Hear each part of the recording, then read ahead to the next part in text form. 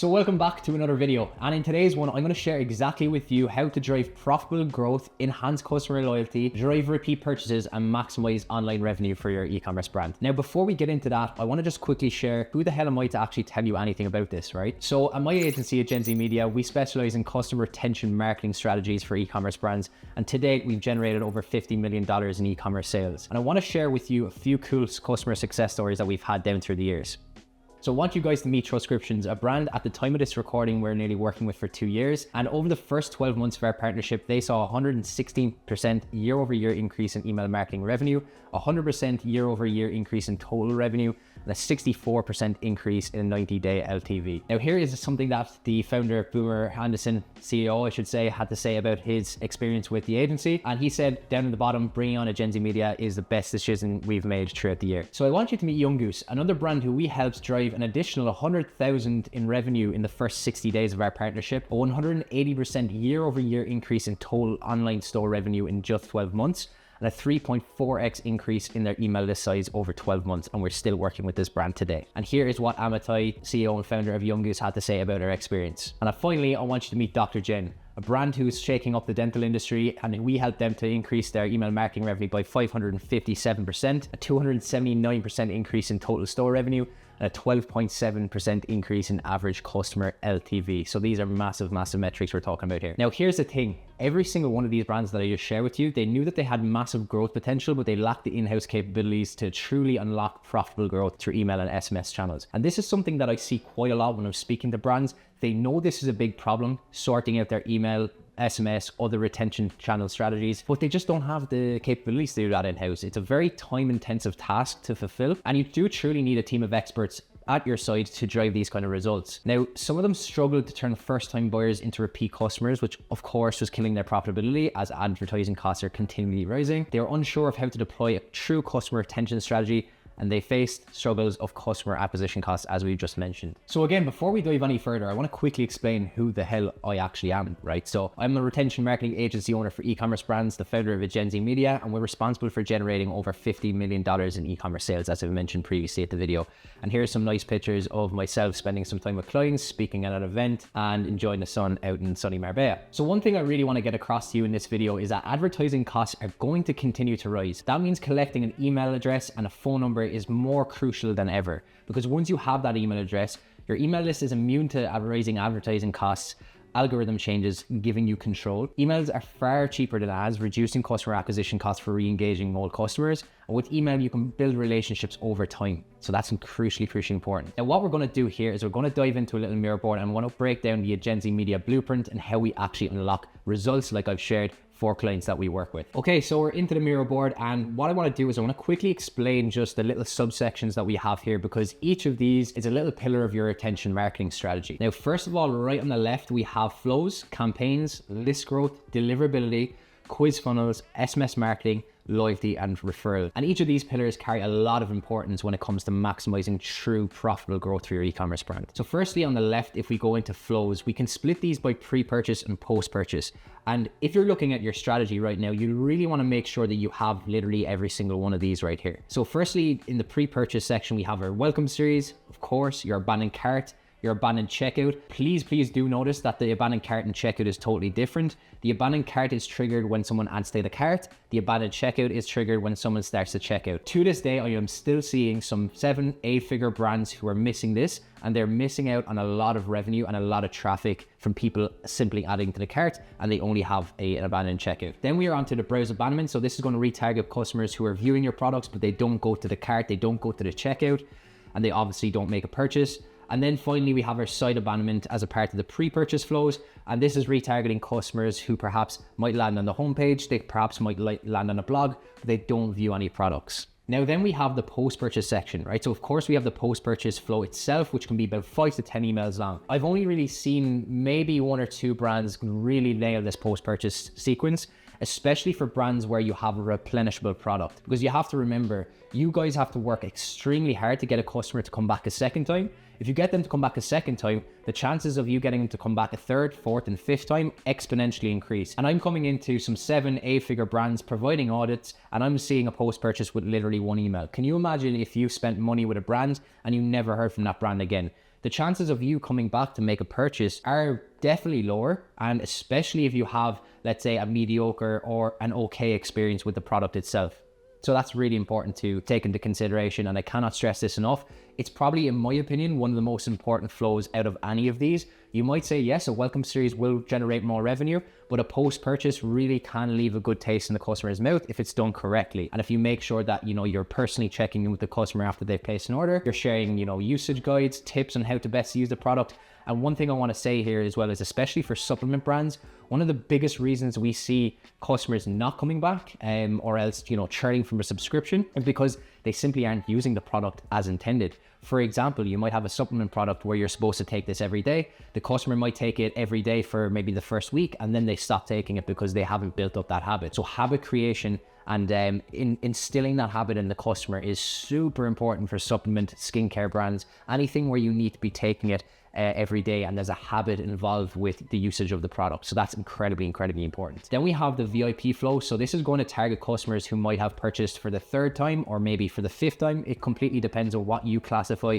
a VIP customer is for your own brand. It may be based off of a certain spend threshold as well. So for example, if they spend over $1,000 with your brand, then they're a VIP. Whatever that is, what you should do is you should make a segment and then trigger a flow based off of when someone qualifies to join that segment, and then send them perhaps a VIP only discount, VIP only content, invite them to a community, but essentially make them feel like royalty. Then we're onto the customer win back. So this is going to be retargeting customers who have placed an order, but they haven't come back in, let's say, 90 days or whatever the time window would be for your brand. For example, you wouldn't really send a customer win back to a customer who has bought, let's say, a mattress after 30 days, because how often are you going to be buying a mattress? But if you are selling supplements and that product is replenished every 30 days, you might want to send a customer win back at the 30-day mark or maybe even before that. So this is going to completely depend on what product you're selling. And it's also going to depend on what quantity of the products the customer has bought. For example, going back to a supplement scenario, if you have, let's say, one product or one bottle, 2 bottles and 3 bottles, and you have a different bundle on your PDPs, your product pages, you want to make sure that your customer win back timing is set up in a way which the customer is getting the correct message at the correct time. Because for example, if a customer buys a 3-month supply of product, you don't want to be following up with them after 3 weeks asking them to come back. They have enough product. So next we have the sunset flow, and this is basically going to help you clean your list. So once a customer is marked as unengaged, you might send them 1 to 3 emails, try to re-engage them to try to get them to come back, and then after that they'll be marked as suppressed. So it's a nice way to kind of clean your list. Now recently I've actually been more of a fan of manually suppressing customers, because I feel that there's probably no need to send out maybe 3 emails to an already unengaged customer. The chances of them opening that back up are very slim, and you're essentially kind of harming your deliverability for no reason. So I actually personally prefer manually suppressing customers, but it's kind of dependent on what you prefer as a brand or an agency owner or whatever you're doing, but it's completely down to yourself. I kind of prefer not using these, but again, that's just down to personal preference. Now we have the subscription flow. So if you're offering a monthly subscription, for example, skincare, supplements, if you have something that is replenishable every 30 days and you offer a subscription with that, you want to make sure that you have subscription flows as well in place for when the customer actually initiates a subscription. Because when a customer places a subscription, going back to the habitual thing I was talking about in the post-purchase, it's going to be really important to make sure that when they're on that subscription, they're using the product as intended. One of an interesting talking points that I noticed when I was doing an audit for a supplement brand about 3 months ago is that I was analyzing their subscription flows and their subscription cancellation surveys. And one of the main reasons people were canceling their subscription is because they had too much product. So they weren't using the product as much as they should have. So again, make sure to get that across in your messaging in the subscription flows. That's really important to take into mind. Obviously, you want to make sure that they're using it as intended. But again, that only applies if you're offering a subscription. And then of course, you'll have a subscription cancellation flow. So if they cancel, you'll want to send them 1 to 3 emails asking them for a bit of feedback as well. So that's really interesting to see. And use that as like a source to try and collect as much data on the customers as possible, because this is only going to help you improve your subscription over time. And then of course, a subscription renewal flow. Maybe you might send them this maybe 1 to 3 days before their subscription renews, just reminding them that, hey, your subscription's renewing in 1 to 2 days, 1 to 3 days, whatever that may be. And then finally, in the post-purchase section, we have a review request email. And then we have our transactional flows. So your transactional flows are going to be, for when someone, the order confirmation, or for when their item is marked out for delivery, or when it's delivered. So again, the goal isn't to sell anything here. It's just to let the customer know where their product is, what's the status updates. And an app I really like to use for this is called Wondermint. I have no affiliation with Wondermint. We use it for some of our clients and we see, fantastic results with that. So if you're looking for a way to, embed some transactional flows into your strategy, I would strongly recommend checking out that. Again, absolutely no affiliation to Wondermint here. Now we're going to quickly talk about campaigns. And one thing I want to quickly just run over here is that most brands, what I've seen from working with 50 plus brands over the last 2 years, is that 2 to 4 campaigns per week generally seems to be the sweet spot. And then what you want to do is you want to mix this up between your engaged customers, buyers, non-buyers, VIPs, and lapsed customers. One of the biggest problems I see that some 7 and 8 figure brands are making is they're literally just sending out all their campaigns to an engaged audience. While it is a good idea to send most of your campaigns to an engaged audience, you still may have a massive amount of non-buyers in your list who need specific targeting, or you might have lapsed customers who need specific targeting. They might need specific offers. So that's really important to understand. And then finally, on the campaign side, using a mixture of educational and branded direct response is a great way to just keep things fresh on the email list. Now, next we're going to go on to list growth. So this is going to be split up into 4 different subcategories. We have your pop-up forms, of course, we have embedded forms, SMS subscribe links, as well as another fantastic way to grow your list, and then landing pages. So pop-up forms, I want to quickly touch on this because we've been using a tool called Alaya pop-up forms. Again, no affiliation, and I generally used to have a bit of a prejudice against third-party pop-up tools, but we started actually implementing this for a few of our clients, and the results have been absolutely fantastic. So I'm not sure if I'm pronouncing that correctly, Alia, but if you're running an e-commerce brand, definitely check them out. We've seen fantastic results. So really do recommend those guys. Embedded forms are something that you might want to put onto certain pages of your website as well. It's a nice way to passively grow the list. SMS subscribe links only work in the US and Canada for Klaviyo as of recording this video, but it's a nice way to put onto perhaps an Instagram story. Let's say you have a sale coming up at the weekend and you want to get people into your SMS list. You can use an SMS subscribe link so they can quickly sign up on their phone. And then landing pages, that kind of more so pertains to putting an embedded form on a landing page itself to get people to sign up to, maybe perhaps a product launch or maybe perhaps a sale that's coming up as well. Then next we're on to deliverability. So the first thing we want to talk about is branded sending domain. Please make sure that you have this set up. This is essentially when you send from your own domain rather than the shared Klaviyo domain or the shared, SendLane domain or whatever email platform that you're using. It's just much better for deliverability, so do get that in place. If you don't know what that is, just literally type in branded sending domain Klaviyo into your Google search. It'll come up straight away. You'll have a good guide on how to do that, and it shouldn't take you any more than 10 minutes. Then we have DMARC records. So this is something that is actually a requirement as of February of 2024. Since the Gmail and Yahoo updates. DMARC records, you want to make sure that you have that set up, and it's set up on the domain level. So you have to go into either GoDaddy or Namecheap or Cloudflare, wherever you've bought your domain, to set that up. And there's plenty of guides on how to do this online as well. And then finally for deliverability, making sure that you're employing, behavioral practices. And this is something that we do for all of our clients. Not putting too many links in emails, not putting too many heavy file sizes into emails as well. No videos or no heavy GIFs. Of course, we do want GIFs, but not too heavy file size. And then making sure that you're segmenting correctly as well. You're removing unengaged contacts from the list, and that you're also, of course, excluding those customers from your regular campaign sends. Now this next part here, quiz funnels, doesn't necessarily more so pertain to what you actually do inside the Klaviyo account or whatever email marketing platform that you're using, but it's something that we've seen fantastic results with, and there's plenty of platforms that you can use for this. You can use Typeform, you can use Octane AI, you can use Digio, I think is another one.